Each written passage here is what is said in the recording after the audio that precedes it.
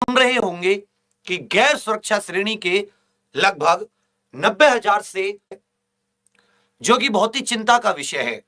जिस तरह से जनसंख्या बढ़ रही है, जिस तरह से युवा बेरोजगार होते जा रहे हैं, एक तरफ तो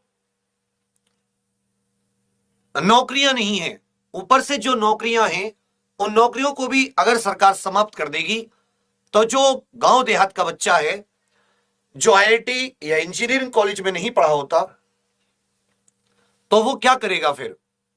वो ये जो रेलवे के पद हुए या अन्य जो सरकारी नौकरी के पद होते हैं, इनके लिए कंपीट करता है ये सोच के कि उसकी जितनी शिक्षा है उसके आधार पर यहां पर नौकरी मिल जाएगी।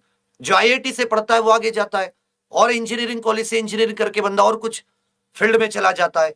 लेकिन एक गांव देहात के बच्चे के लिए, एक गरीब परिवार, मध्यम परिवार बच्चे के लिए ये सरकारी नौकरियां एक बहुत अहम है, ऊपर से भी ये खत्म की जा रही हैं।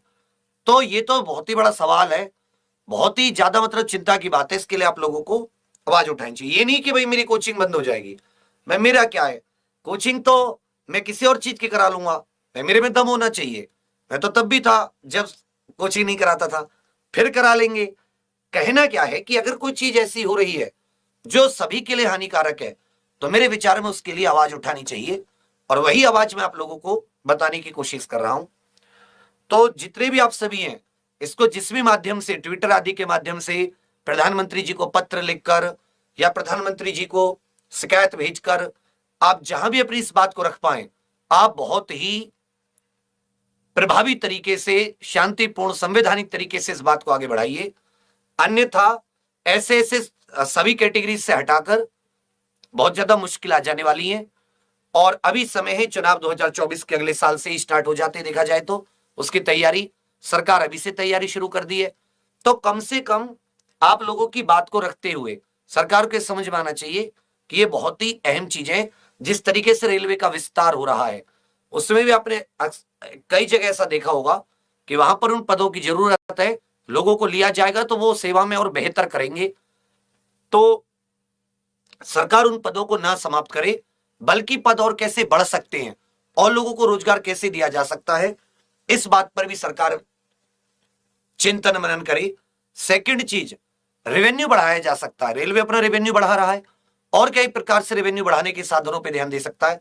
कटौती और कई प्रकार से की जा सकती है, लेकिन जहां रोजगार की बात आ जाती है, इंप्लॉयमेंट की बात आ जाती है, तो रेलवे सबसे बड़ा सरकारी सेक्टर है, विश्व में सबसे बड़ा आप इसे मान सकते हैं।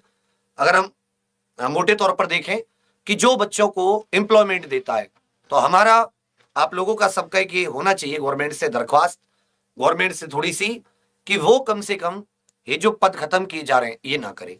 अब आ जाता है एनटीपीसी, सीबीटी2, लेवल 4, लेवल 6 आपका हो चुका है। लेवल 2, 3, 5 ये आपका अभी जून के 9-10 जून से आई थिंक प्रस्तावित है। तो ये जो 10-12 दिन है, ये आपकी तैयारी के बहुत अहम है। हम लोग भी करंट अफेयर और जीके, क्योंकि 50 नंबर का है, उससे जुड़ी कुछ बेस्ट सी कक्षाएं शुरू कर रहे हैं कल से या परसों से। आप उस पर एक बार ध्यान दीजिएगा, वो टाइम टेबल अपडेट हो जाएगा। अब आ जाती है ग्रुप